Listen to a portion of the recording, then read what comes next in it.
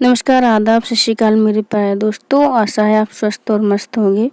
दोस्तों आज हम अपना करंट अफेयर्स का नेक्स्ट लेक्चर लेकर आए हैं। दोस्तों आपको मेंस पेपर 3 के लेक्चर कैसे लग रहे हैं, आप फीडबैक जरूर दिया करें। चलिए हम अपना लेक्चर स्टार्ट करते हैं।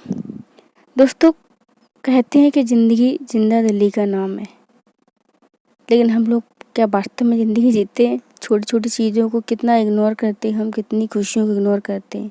तो ज़िंदगी को जीते रहिए, ज़िंदगी चलते रहने का नाम है। जब तक ज़िंदगी में हर्ट हसल नहीं होंगे तो जीने का मज़ा ही नहीं आएगा।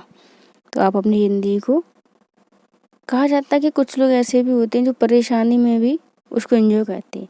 जैसे कि हाल ही में एक बाढ़ का वीडियो जारी हुआ था।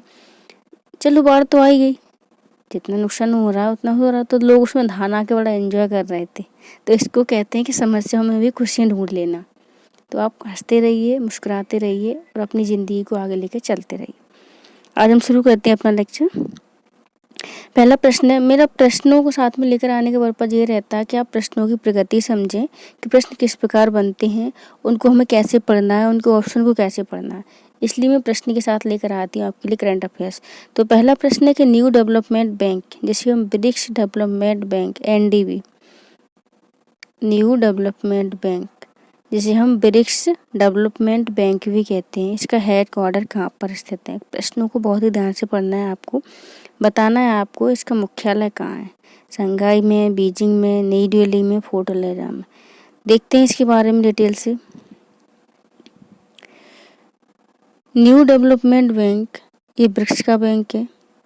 इसे ब्रिक्स डेवलपमेंट बैंक, ब्रिक्स विकास बैंक के नाम से जानते हैं और इसका जो हेड क्वार्टर है वो शंघाई चीन में है। ये आपको याद होना चाहिए, ठीक है। फोर्टलेजा 2014 में जो ब्राज़ील में ब्रिक्स का 6वां शिखर सम्मेलन हुआ था, फोर्टलेजा ब्राज़ील में, तो ब्रिक्स के बीच क्या हुआ था, एक सहयोग मजबूत करने और वैश्विक विकास के लिए फोर्टलेजा घोषणा जारी की गई थी। उस घोषणा में NDB की स्थापना की घोषणा जारी की गई। इसमें अधिगत पूंजी जो प्रारंभ में $100 बिलियन अमेरिकी डॉलर रखी गई थी, जिसे संस्थापक सदस्यों के बीच समान रूप से साझा किया गया था, यानी Brazil, Russia, India, China, South Africa, इन लोगों के बीच में बराबर साझेदारी रखी गई थी। NDB की जो स्थापना है, घोषणा कब जारी हुई थी? 2014 में। फोर्टलेजा में स्थापना हुई थी 2015 में। ब्राज़ील, रूस, भारत, चीन, दक्षिण अफ्रीका द्वारा। ओके। बैंक की जो सदस्यता है, NDB की सदस्यता संयुक्त राष्ट्र के सदस्यों के लिए खुली है। यूनाइटेड नेशंस के जितने भी सदस्य हैं वो ब्रिक्स बैंक के सदस्य बन सकते हैं। ये आपको क्लियर होना चाहिए। और आपको बता दें कि ब्रिक्स बैंक के जो पहले अध्यक्ष थे, यानी NDB के जो पहले अध्यक्ष थे, वो भारतीय थे, KB कामत। ओके, चलिए हम नेक्स्ट चलते हैं।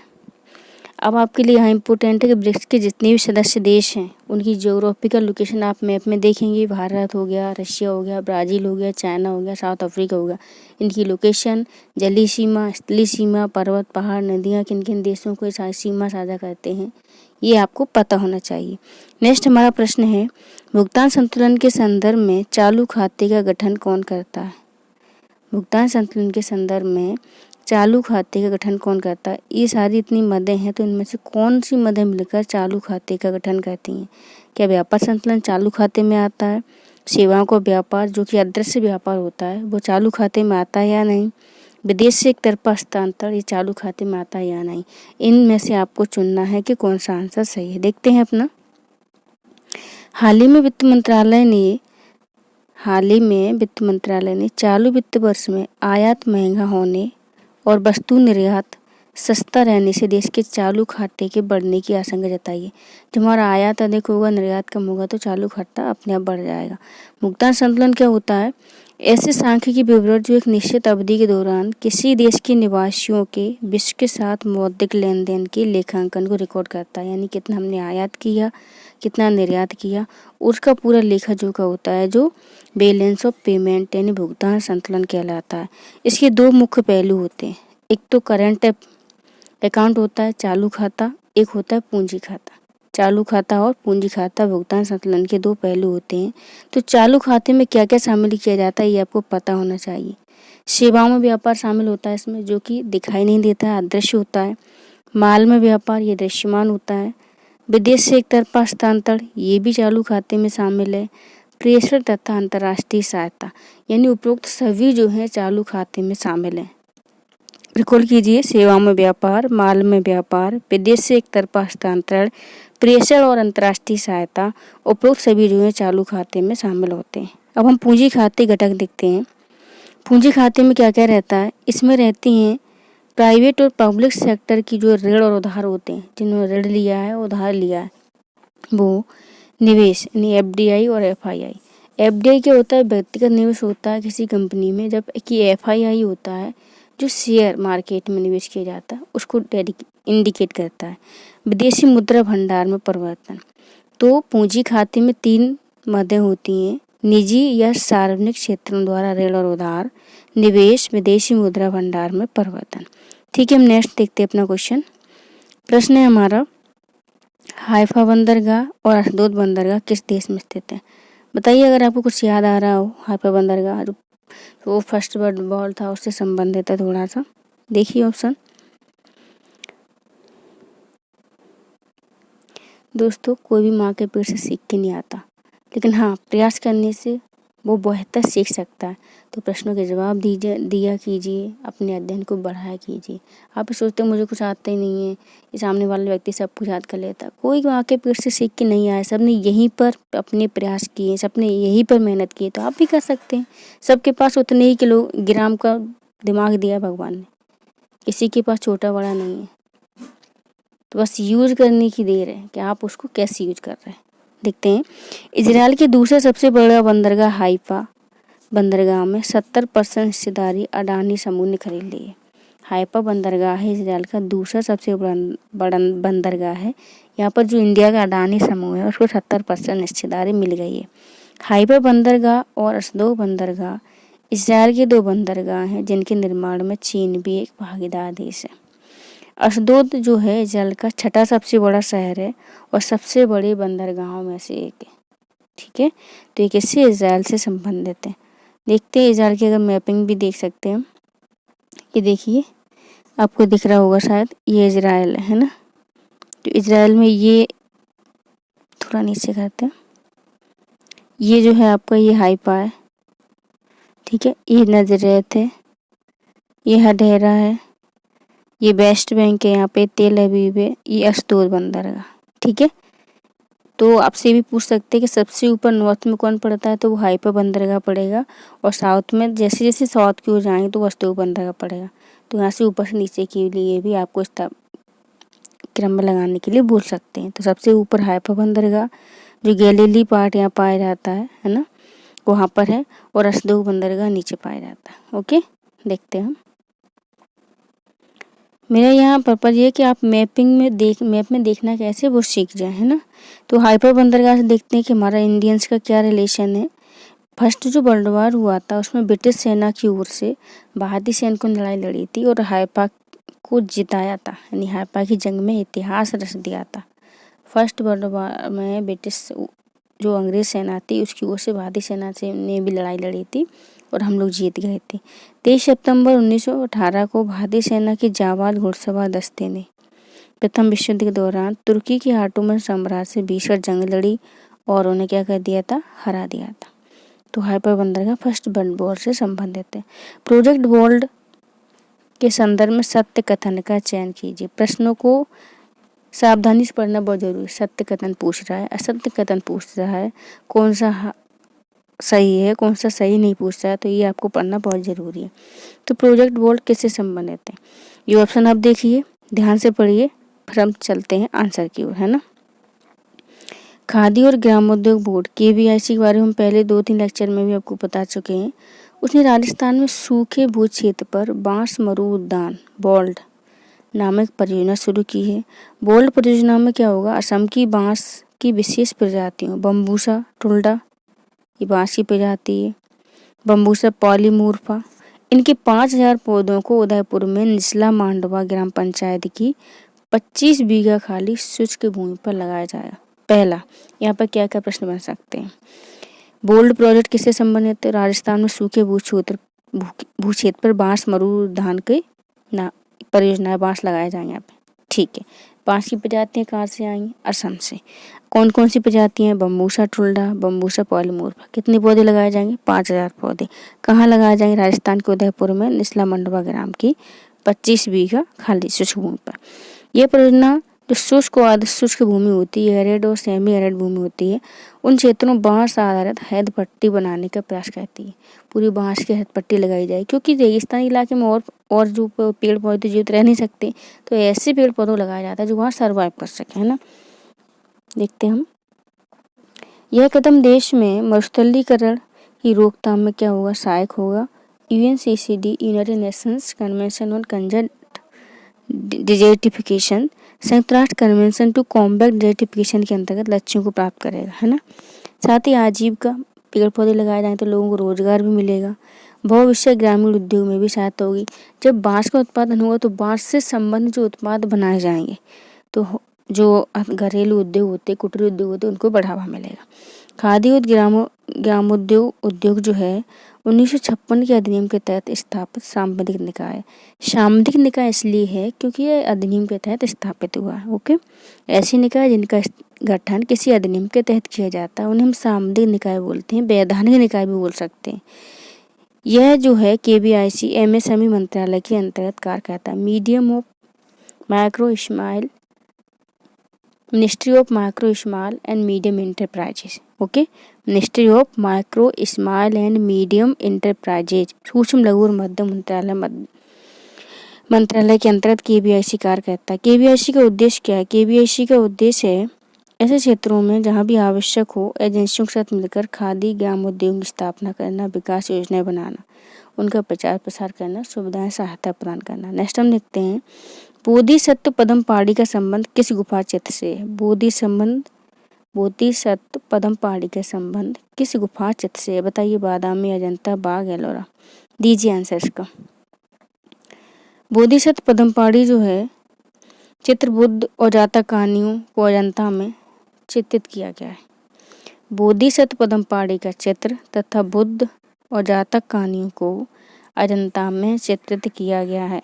अजंता की गुफा महाराष्ट्र के औरंगाबाद के पास बागोरा नदी के पास सह्याद्री पर्वतमाला में स्थित है। कोई भी प्रश्न आपसे पूछा जा सकता है। अजंता की गुफा कहाँ है? महाराष्ट्र के किस जिले में? औरंगाबाद महाराष्ट्र में। किस नदी के तट पर है? बागोरा नदी के तट पर है।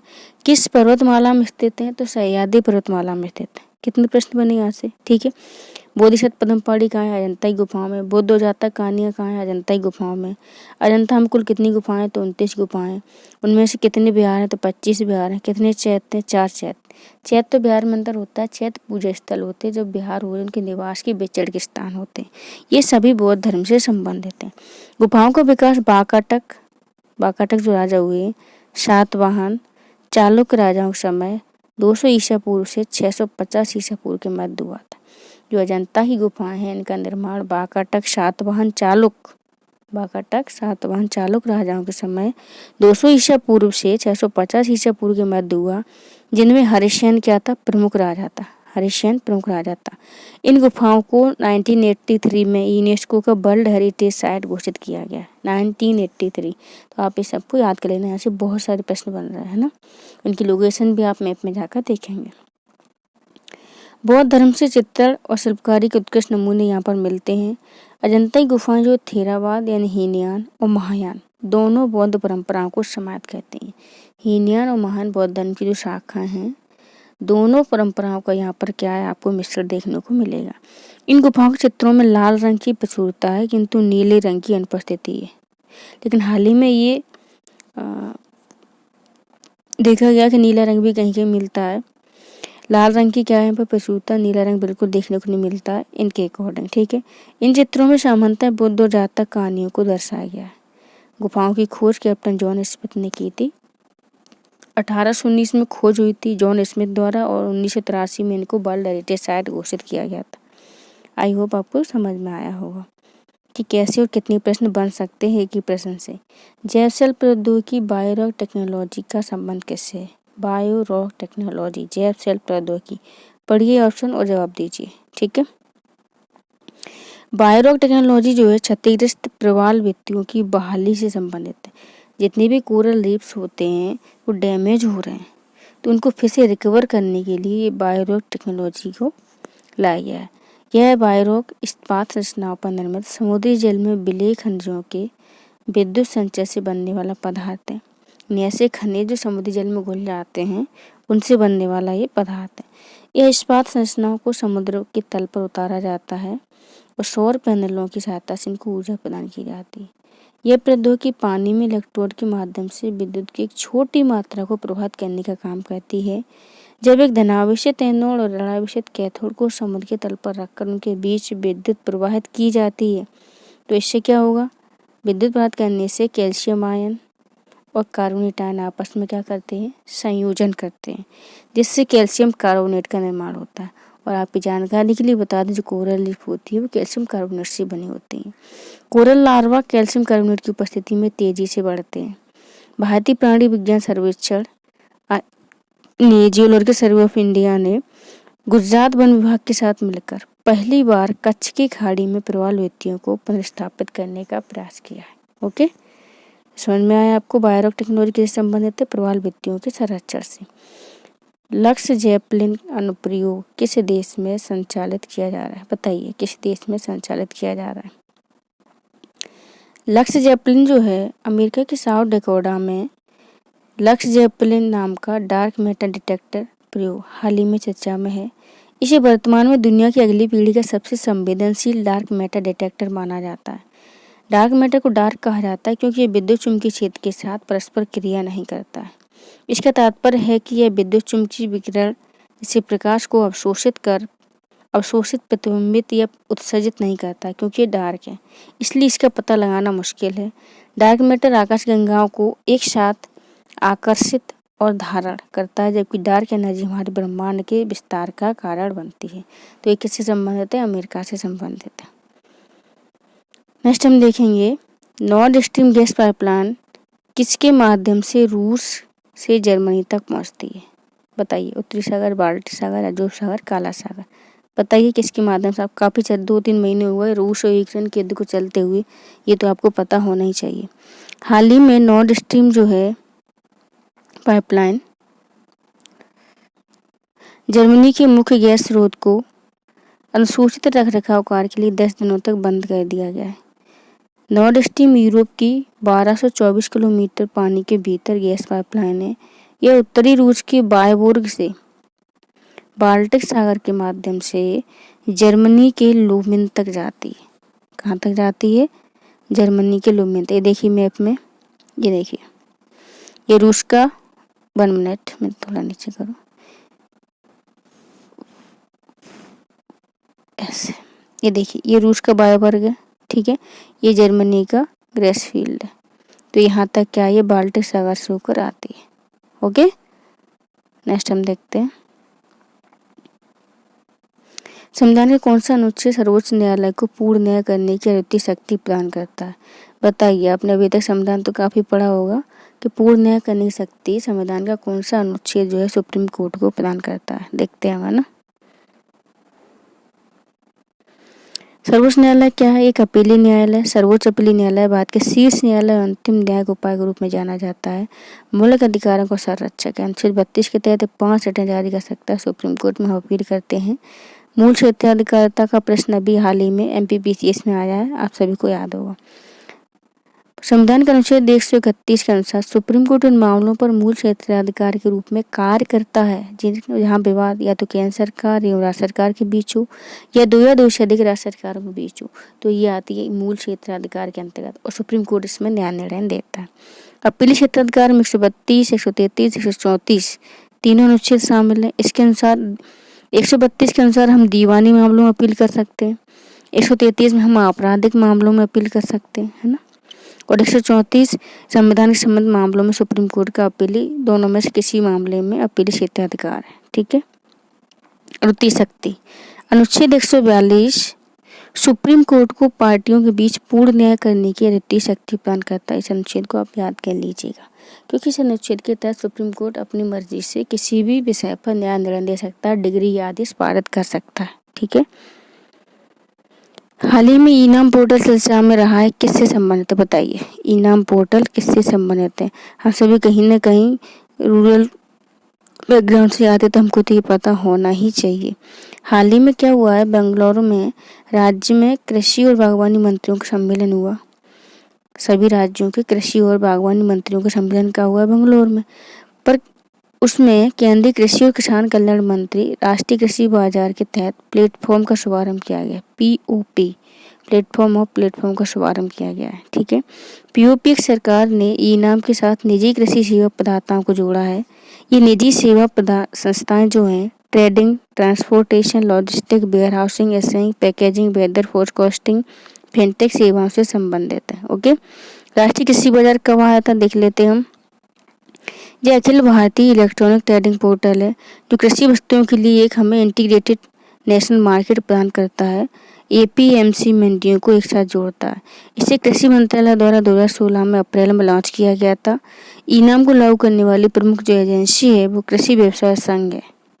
प्रमुख एजेंसी है लघु किसान कृषि व्यवसाय संघ, है ना, small farmer agriculture commercial corporation. Okay, ये किसानों को उनकी उपज की गुणवत्ता के अनुरूप कीमतों के साथ राष्ट्रव्यापी बाजार तक पहुंच सुनिश्चित करती है। अब हम देखते हैं CCPA कैसा निकाय है, केंद्रीय उपभोक्ता संरक्षण प्राधिकरण। हाल ही में उपभोक्ता संरक्षण अधिनियम 2019 में संरक्षण हुआ है, उसके तहत इसका गठन किया गया। तो देखते हैं कैसा निकाय है। हाल ही में केंद्रीय उपभोक्ता संरक्षण प्राधिकरण ने अनुचित व्यापार प्रथाओं से बचने सेवा शुल्क का आकलन करने वाले होटलों और रेस्तरां में उपभोक्ता हितों की रक्षा के लिए नियम जारी किए। आप अभी तक किसी भी होटल रेस्तरां में जाते हो तो सर्विस टैक्स अलग से लगता है, लेकिन CCPA ने कहा है कोई भी होटल रेस्तरां सर्विस टैक्स नहीं लगा सकता। आप अपना बिल चेक करिए, अगर उसमें सर्विस टैक्स लगाया गया है तो तुरंत ही वहाँ का जो भी रहता है होटल का मैनेजर वगैरह उससे बोलिए कि सर्विस टैक्स मैं नहीं दूंगा, क्योंकि CCPA के नियम के विपरीत है। फिर भी वो नहीं मानते तो आप शिकायत कर सकते हैं। ठीक है, तुरंत शिकायत कीजिए, टोल फ्री नंबर है। जब तक आपको अपने अधिकार पता नहीं होंगे आपका शोषण होता रहेगा। और जिससे आप शिक्षा का मतलब क्या है, अपने अधिकारों के प्रति कर्तव्यों के प्रति जागरूक होना। और जितने हम जागरूक होते हैं उतनी गलतियाँ कम करते हैं, उतना ही समाज में सुधार होता है। तो पहले शिक्षित होइए, अपने आसपास अपने परिजनों को शिक्षित कीजिए, उनको अधिकार बताइए। आप कभी भी किसी भी दुकान पर जाते कोई आपको पक्का बिल नहीं देता, कच्चा बिल पकड़ा देता है, आप चुपचाप लेके चले आते। शोषण हम लोग खुद करवाते हैं ना अपना, हमको अवेयरनेस ही नहीं है किसी चीज़ की। तो पहले अवेयर तो हुई है, सारी सुविधाएं आपके लिए बनी है। टोल फ्री नंबर किस लिए, आप शिकायत कीजिए, उनके प्रति कार्रवाई भी होगी, आपको हर्जाना भी मिलेगा। ठीक है, देखते हैं क्या कहा है CCPA ने। केंद्रीय उपभोक्ता संरक्षण प्राधिकरण केंद्रीय उपभोक्ता संरक्षण अधिनियम 2019 के तहत स्थापित वैधानिक निकाय। किसी भी अधिनियम के तहत अगर किसी निकाय की स्थापना हो रही तो ऑब्वियसली वो संवैधानिक या वैधानिक निकाय होगा। ठीक है, यह उपभोक्ता मंत्रालय के प्रशासनिक नियंत्रण में काम करता है। हेडक्वार्टर इसका दिल्ली में है, लेकिन केंद्र सरकार देश के अन्य हिस्सों में भी इसके कार्यालय क्षेत्रीय रूप से स्थापित कर सकती है। उद्देश्य इसका यही है कि उपभोक्ताओं के अधिकारों को बढ़ावा देना, रक्षा करना, लागू करना। 1915 इसका टोल फ्री नंबर है, आप लगा के अपनी शिकायत दर्ज करा सकते हैं। ठीक है, कितना नंबर है बताऊं क्या, 1915, ये टोल फ्री नंबर है। जागरूक उपभोक्ता की पहचान दीजिए, है ना। देखती प्रश्न क्या है, निम्नलिखित में से कौन सम्मिलित नहीं है। होकेरो आर्द्र भूमि कहाँ है, रेणुका कहाँ है, रुद्र सागर कहाँ है, सस्तम कोटा कहाँ है। बताइए इनमें से कौन सम्मिलित नहीं है। ये आपका प्रश्न है, बहुत ही लो लेवल का प्रश्न है। देखते हैं, होकेरो आर्द्र भूमि जो है जम्मू कश्मीर के श्रीनगर में स्थित है। रेणुका हिमाचल प्रदेश के सिरमौर में। रुद्र सागर जैसे टेबलिजी कमा भी कहते हैं, त्रिपुरा के मेलाघर में। रुद्र सागर झील त्रिपुरा के मेलाघर में है, जिसे हम ट्वी जिली कमा भी कहते हैं। सस्तम कोटा झील केरल के कोल्लम में। आर्द्र भूमि में पानी में स्थित मौसमी स्थायी पारिस्थितिक तंत्र होती हैं। इनमें मैंग्रोव, दलदल, नदियाँ, झीलें, डेल्टा, बाढ़ के मैदान, बाढ़ के जंगल, चावल खेत, प्रवाल भित्तियाँ, समुद्री क्षेत्र जो कि 6 मीटर से कम ऊंचे ज्वार वाले स्थान होते हैं। उनके अलावा मानव निर्मित आर्द्र भूमि जैसे अपशिष्ट उपचार, तालाब और जलाशय भी शामिल होते हैं। हाल ही में अच्छा आपको प्रश्न बताना है कि भारत में वर्तमान कितनी आर्द्र भूमियाँ, आपके लिए प्रश्न है। करंट से कितनी अपडेट हैं आप कमेंट बॉक्स में आंसर दीजिए, मैं समझ जाऊँ कि आपकी पढ़ाई किस लेवल की। ठीक है, वर्तमान में भारत में कितनी वेटलैंड्स हैं, कितनी रामसर साइट्स हैं बताइए। भारत के कौन से राज्य ने खुद की इंटरनेट सेवा शुरू की है? जल्दी फटाफट बताइए। हाल ही में केरल राज्य ने अपनी इंटरनेट सेवा शुरू की है, जो देश का पहला राज्य बन गया और एकमात्र राज्य जिसने अपना खुद का इंटरनेट सेवा शुरू की है। Kerala fibre optic network limited को भारतीय दूरसंचार विभाग ने लाइसेंस प्राप्त किया हुआ है। इसे केरल ऑप्टिक फाइबर नेटवर्क नाम दिया गया है, जिसकी लागत 1548 करोड़ है। यह इंटरनेट कनेक्शन को मूल अधिकार के रूप में प्रदान करेगा। अच्छा, ये बताइए किस सर्वोच्च न्यायालय ने किस मामले के तहत इंटरनेट तक पहुंच के अधिकार को मूल अधिकार बताया है? चलिए आपके लिए प्रश्न है। केरल फाइबर ऑप्टिकल नेटवर्क परियोजना बीपीएल परिवारों को और 30,000 सरकारी कार्यालयों को मुफ्त इंटरनेट प्रदान करने के लिए की गई है। केरल की लोकेशन देखिएगा जाके। पश्चिम घाट में कितने राज्य शामिल हैं, ये आपके लिए प्रश्न है। ठीक है। और केरल में कौन कौन सी झीलें हैं, उन्हें क्या कहा जाता है? देखते हैं अगला। लॉन्ग वॉक टू फ्रीडम पुस्तक के लेखक कौन है? जल्दी बताइए फटाफट। और ये बताइए 18 जुलाई को कौन सा दिवस मनाया जाता है? चलो मैं ही बता देती हूँ। 18 जुलाई को नेल्सन मंडेला दिवस मनाते हैं, क्योंकि उनका जन्म हुआ था इस दिन। अफ्रीका के पहले अश्वेत राष्ट्रपति थे वो, और 1994-99 तक दक्षिण अफ्रीका के राष्ट्रपति भी रहे थे। नेल्सन मंडेला ऐसे पहले विदेशी शख्स हैं जिन्हें 1990 में भारत रत्न से नवाजा गया। 2014 में संयुक्त राष्ट्र महासभा ने लोगों के लिए नेल्सन मंडेला पुरस्कार की शुरुआत की। मानवता की सेवा के लिए अपना जीवन समर्पित कर दिया था। जो लोग मानवता की सेवा में जीवन समर्पित करते हैं उनके लिए नेल्सन मंडेला पुरस्कार भी दिया जाता है। और 18 जुलाई को मंडेला दिवस भी मनाया जाता है, और उन्हीं की ये पुस्तक है लॉन्ग वॉक टू फ्रीडम। ठीक है। कुछ लोग ऐसे भी होते हैं, नाम कमा के जाते हैं और मरने के बाद हमेशा लोगों के दिलों में जिंदा रहते हैं। कुछ लोग ऐसे भी होते हैं, कब आए कब चले गए पता ही नहीं चला। तो आपको किस सीढ़ी का बनना, ये आप पर डिपेंड करता है। ठीक है। निम्नलिखित में से कौन विंडफॉल टैक्स को सबसे अच्छी तरह परिभाषित करता है? बताइए। विंडफॉल टैक्स, ऑप्शन पढ़ लीजिए जल्दी फटाफट। अब देखते हैं हम आंसर की ओर। हाल ही में सरकार ने क्या किया है? विदेशी मुद्रा दरों और अंतर्राष्ट्रीय बाजार में तेल की कीमतों के आधार पर कच्चे तेल और ईंधन निर्यात पर लगाए गए विंडफॉल टैक्स की समीक्षा करने की बात कही है। तो जो विंडफॉल टैक्स है वो कच्चे तेल और ईंधन निर्यात पर लगता है। विंडफॉल टैक्स मुनाफे पर एक उच्च दर कर है, जो किसी विशेष कंपनी या उद्योग को अचानक अप्रत्याशित लाभ से प्राप्त होता है। यह कर प्रत्याशित अप्रत्याशित रूप से बड़े लाभ जो विशेष रूप से गलत तरीके से प्राप्त करने पर लगाया जाता है। कंपनी पर सरकार द्वारा लगाया गया विंडफॉल टैक्स एक मुश्त कर है, तो ये कच्चे तेल और ईंधन निर्यात पर लगाया जाता है। हाल ही में समाचारों में आने वाला Cas9 प्रोटीन क्या है? बताइए। Cas9 प्रोटीन क्या है? CRISPR-Cas9 एक ऐसी तकनीक है जो वैज्ञानिकों को अनिवार्य रूप से डीएनए काटने और जोड़ने की अनुमति देती है। कैंसर उपचार, रोगों के आनुवंशिक सुधार की उम्मीद बढ़ जाती है। जो भी आनुवंशिक बीमारी होती है उनके सुधार के लिए डीएनए में जो कटिंग एडिटिंग की जाती है वो CRISPR तकनीक के तहत की जाती है, जिसे हम कैंची बोलते हैं ना। CRISPR तकनीक के माध्यम से संपूर्ण आनुवंशिक कोड में से लक्षित हिस्सों या विशिष्ट स्थान पर डीएनए की एडिटिंग की जाती है। जहाँ पर कोई खराबी होती है उसी स्थान की एडिटिंग की जाती है इस कैंची के माध्यम से। सिम कैंची बोलते हैं, डीएनए कैंची। Cas9 का फुल फॉर्म क्या होता है? CRISPR associated protein 9। CRISPR प्रणाली द्वारा उत्पादित एंजाइम में से एक प्रकार का एंजाइम है। यह गाइड आरएनए द्वारा निर्दिष्ट स्थान पर डीएनए के किसी हिस्से को काटने के लिए इस्तेमाल किया जाता है। इसके गुण के कारण से डीएनए कैंची भी कहा जाता है। Cas9 को डीएनए कैंची भी कहा जाता है क्योंकि डीएनए की कटिंग में यूज की जाती है। इसे फ्रांस की इमैनुअल चारपेटियर एवं अमेरिका की जेनिफर ए डोडना द्वारा विकसित किया गया है। अमेरिका की जेनिफर, फ्रांस की इमैनुअल चार्टनर द्वारा इसको विकसित किया गया है। 2020 में नोबेल पुरस्कार भी इनको इसके लिए प्रदान किया गया था। Cas9 प्रोटीन के विकास के लिए इनको क्या किया गया था? 2020 में नोबेल पुरस्कार भी दिया गया था। फ्रांस की इमैनुअल चारपेटियर, अमेरिका की जेनिफर ए डोडना को।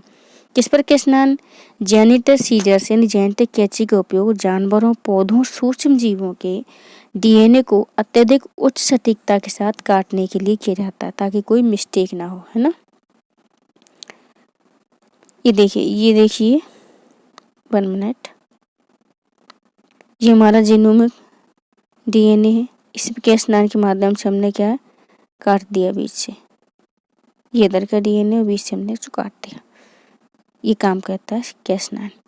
निम्नलिखित में से किसे grand old lady of independence, question बहुत ही ध्यान से पढ़ना है, के नाम से जाना जाता है? Grand old lady of independence, बताइए किससे जाना जाता है? हाल ही में ग्रैंड ओल्ड लेडी के रूप में प्रसिद्ध अरुणा आशफ अली की बर्थ एनिवर्सरी मनाई गई। अरुणा आशफ अली के बारे में जानते हैं। 16 जुलाई 1909 को उनका जन्म हुआ था, तो 16 जुलाई को उनका जन्म दिवस मनाया गया। स्वतंत्रता आंदोलन में शामिल होने से पहले उन्होंने कोलकाता की गोखले मेमोरियल स्कूल में एक टीचर के रूप में कार्य किया। महात्मा गांधी के आदर्शों विश्वासों में काफ़ी प्रभावित थी वो, और उनका राजनीति में पहला प्रयास जो था 1930 में नमक सत्याग्रह में सक्रिय भागीदारी के रूप में हुआ। ओके। 1942 में उन्होंने क्या किया? भारत छोड़ो आंदोलन के दौरान मुंबई की ग्वालियर टैंक मैदान में भारतीय राष्ट्रीय कांग्रेस का झंडा फहराने के लिए उन्हें याद किया जाता है। और मुंबई के जो ग्वालियर टैंक मैदान था, 1942 में भारत छोड़ो आंदोलन के दौरान उन्होंने भारत का झंडा लहराया था, भारतीय राष्ट्रीय कांग्रेस का। 1942 की नायिका कहा जाता है उनको, और स्वतंत्रता आंदोलन की ग्रैंड ओल्ड लेडी कहा जाता है। 1942 की नायिका और ग्रैंड ओल्ड लेडी। उन्होंने इंकलाब मासिक पत्रिका निकाली का संपादन करने के साथ ही वीकली साप्ताहिक पैट्रियट समाचार का भी शुरू किया था। मासिक था इंकलाब और वीकली था पैट्रियट। 1996 में उन्होंने अंतिम सांस ली थी, इस दुनिया को अलविदा कह गई थी। इसके एक साल बाद 1997 में उन्हें भारत रत्न से भी सम्मानित किया गया था। आपसे पूछ सकते हैं कि अरुणा आशफ अली के बारे में कौन सा कथन सत्य है? इन्हें 1942 की नायिका कहा जाता है। इंकलाब मासिक पैट्रियट साप्ताहिक निकाला था, भारत रत्न भी दिया गया था। अगर और भी कुछ भी हो सकता है, उसमें तोड़ मरोड़ भी कर सकते हैं। ऐसा लग सकते हैं कि 1985 में उनको भारत रत्न दिया गया था। तो निम्नलिखित में से कौन सा सही है? तो आपको पता होना चाहिए कि 1997 में उनको भारत रत्न दिया गया था। ओके। यदि आप घड़ियालों को उनके प्राकृतिक आवास में देखना चाहते हैं तो किस जगह घूमने के लिए जाएंगे? कौन सी जगह सबसे अच्छी है, बताइए। हाल ही में युकाटन प्रायद्वीप पर मैक्सिकन राज्य किंटाना रू में IUCN के क्रोकोडाइल स्पेशलिस्ट ग्रुप की 26वीं वैश्विक बैठक हुई है। घड़ियाल को हम गैवियल्स भी कहते हैं। यह एक एशियाई मगरमच्छ है जो अपने लंबे पतले थूथन के कारण अलग आकृति का होता है। वो IUCN की जो रेड लिस्ट है उसमें ये गंभीर रूप से संकटग्रस्त है, क्रिटिकली इंडेंजर्ड श्रेणी में रखा गया है। आपसे पूछा जाता है ये कि घड़ियाल कैसी IUCN की लिस्ट में किस सूची में शामिल है? वल्नरेबल है, इंडेंजर्ड है, क्रिटिकली इंडेंजर्ड है, एक्सटिंक्ट है। तो घड़ियाल है क्रिटिकली इंडेंजर्ड। इसे साइट्स के परिशिष्ट वन और वन्यजीव संरक्षण अधिनियम 1972 की सूची वन में रखा गया। ये आपको पता होना चाहिए। ये आपको पता होना चाहिए। साइट्स के बारे में आपको पता होना चाहिए। इसका फुल फॉर्म, इसकी स्थापना, इसका हेडक्वार्टर, उद्देश्य क्या है। घड़ियालों का जो मुख्यतः आवास होता है नदी के स्वच्छ पानी में होता है। अगर उस नदी में घड़ियाल की संख्या कम हो रही तो आप समझ लीजिए कि नदी का पानी प्रदूषित हो रहा है। ओके। देखते हम घड़ियालों को प्राकृतिक आवास भारत में कहाँ कहाँ है। भारत के उत्तरी भाग का ताज़ा पानी चंबल नदी यमुना की एक सहायक है। ठीक है, घड़ियालों के लिए फेमस है और सबसे स्वच्छ पानी भी इसी का माना जाता है। घग्गर नदी, गंडक नदी, गिरवा नदी, कभी नहीं नाम सुना होगा तो आप सुन लीजिए। गिरवा नदी यूपी में बहती है। रामगंगा नदी उत्तराखंड, सोन नदी बिहार, इनमें घड़ियाल पाए जाते हैं। घग्गर, गंडक, गिरवा, रामगंगा, सोन, चंबल में घड़ियाल पाए जाते हैं। नेक्स्ट प्रश्न है आपका, हाल ही में SCO की सांस्कृतिक और पर्यटन राजधानी का दर्जा किसे दिया गया है? Shanghai cooperation organisation. ठीक है, देखते हैं भाई। शंघाई कोऑपरेशन ऑर्गेनाइजेशन की सांस्कृतिक और पर्यटन राजधानी का शीर्षक वाराणसी को दिया जाएगा। कहाँ है वाराणसी, जल्दी से बताइए। वाराणसी के पास है खिताब रोटेशन पॉलिसी के तहत सितंबर 2022 से सितंबर 2023 तक रहेगा। भारत इस साल कब से कब तक रहेगा आपको पता होना चाहिए। सितंबर 2022 से सितंबर 2023 तक। भारत इस साल सितंबर में समरकंद उज्बेकिस्तान शिखर सम्मेलन में SCO अध्यक्ष के रूप में पदभार ग्रहण करेगा। ठीक है, SCO के बारे में जान लेते हैं। यह एक स्थायी अंतर सरकारी अंतर्राष्ट्रीय संगठन है। जून 2001 में शंघाई 5 के विस्तार के बाद अस्तित्व में आया। वर्तमान में 8 सदस्य देश हैं। चीन, कजाकिस्तान, किर्गिस्तान, रूस, Tajikistan, Uzbekistan, Bharat, Pakistan, Iran भी हाल ही में इसका सदस्य बनने वाला था। आयोग के वो बन गया होगा, सदस्यता ले रहा था वो उसकी, है ना, 9वां सदस्य। अच्छा, आपको ये बताना है कि भारत और पाकिस्तान SCO के कब सदस्य बने थे। हाल ही में चर्चा में रहे डेरेचो का संबंध किस प्राकृतिक घटना से? डेरेचो, जल्दी बताइए। हाल ही में एक अच्छे सिविल सेवक आप तभी बन सकते जब आपको पता रहता है कि हमारी सोसाइटी में चारों तरफ क्या चल रहा है। तभी तो आपको समस्याएं पता होंगी, तभी तो आप उनका समाधान निकालेंगे। तो अपने करंट से अवेयर रहा कीजिए। हाल ही में अमेरिका के नेब्रास्का, मिनेसोटा, इलिनॉइस राज्य में डेरेचो नामक तूफान आया है। डेरेचो क्या है? तूफान है ना। एक सीधी रेखा वाला तूफान है। गर्म मौसम स्थिति होने के कारण डेरेचो तूफान आमतौर पर मई की शुरुआत में गर्मियों के दौरान आते हैं। तूफान के चलते वातावरण में पानी की मात्रा अधिक हो जाती है। ऐसे में तूफान के दौरान भारी मात्रा में पानी के साथ प्रकाश के टकराव के कारण आसमान क्या हो जाता है? हरा हो जाता है। तो डेरेचो क्या है? एक तूफान है। नेक्स्ट हमारा प्रश्न है, चलिए बताइए इम्पोर्टेंट प्रश्न। कौन सा देश है जिसकी सीमा कैस्पियन सागर और फारस की खाड़ी दोनों से मिलती है? कैस्पियन सागर और फारस की खाड़ी दोनों से सीमा साझा करने वाला देश बताइए। अमेरिकी राष्ट्रपति जो बाइडेन, उन्होंने हाल ही खाड़ी देशों की यात्रा की। उसके बाद भी ईरान ने दावा किया है कि उसके पास अब परमाणु बम बनाने की क्षमता आ गई है। ईरान के साथ बढ़ते तनाव के बीच इजरायल ने ऐलान किया है कि वह पश्चिमी एशिया में एक नया एयर डिफेंस अलायंस बनाएगा। कौन? इजरायल। उपरोक्त में से ईरान ही एकमात्र देश है जिसकी सीमा कैस्पियन सागर और फारस की खाड़ी दोनों से मिलती है। चलिए हम ईरान को बता देते हैं आपको। ये देखिए,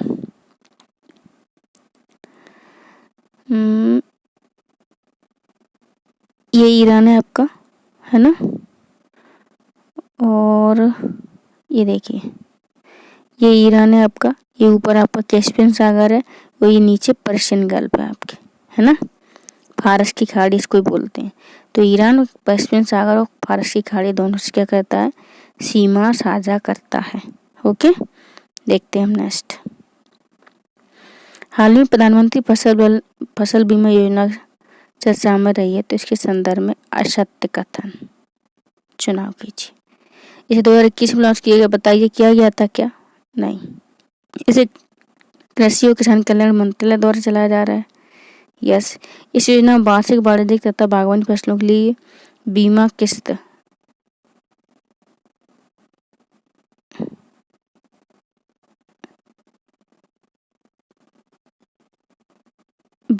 जो है 5% है। आपको बताना, मैं नहीं बताऊंगी। इस योजना में चक्रवातों और बेमौसम बारिश तथा फसल कटाई के बाद होने वाले नुकसान को शामिल किया गया है। चलिए, आपको देना है सारे आंसर, कौन से सत्य कथन है ये आपको बताने हैं। फसल बीमा योजना तो काफी समय से चल रही है, कितनी अवेयरनेस देखिए। आंध्र प्रदेश सरकार द्वारा प्रधानमंत्री फसल बीमा योजना फिर से शामिल हो गई है। क्या है ना, जो प्रधानमंत्री फसल बीमा योजना शुरू हुई थी तो इसमें कुछ कमियां लगी कुछ राज्यों को, तो सारे राज्य इसमें शामिल नहीं होते। जैसे उड़ीसा, पश्चिम बंगाल वगैरह हो गया, आंध्र प्रदेश हो गया। आंध्र प्रदेश शामिल हुआ था, फिर बाहर भी हो गया। आंध्र प्रदेश फिर से इसमें शामिल हुआ क्योंकि इसी कुछ कमियों को दूर कर लिया गया है। गौरतलब है कि 2019-20 में आंध्र प्रदेश इस योजना से क्या हुआ था? बाहर निकल गया था। 13 जनवरी 2016 को यह योजना लॉन्च की गई थी। मैं कलर चेंज करती है ना।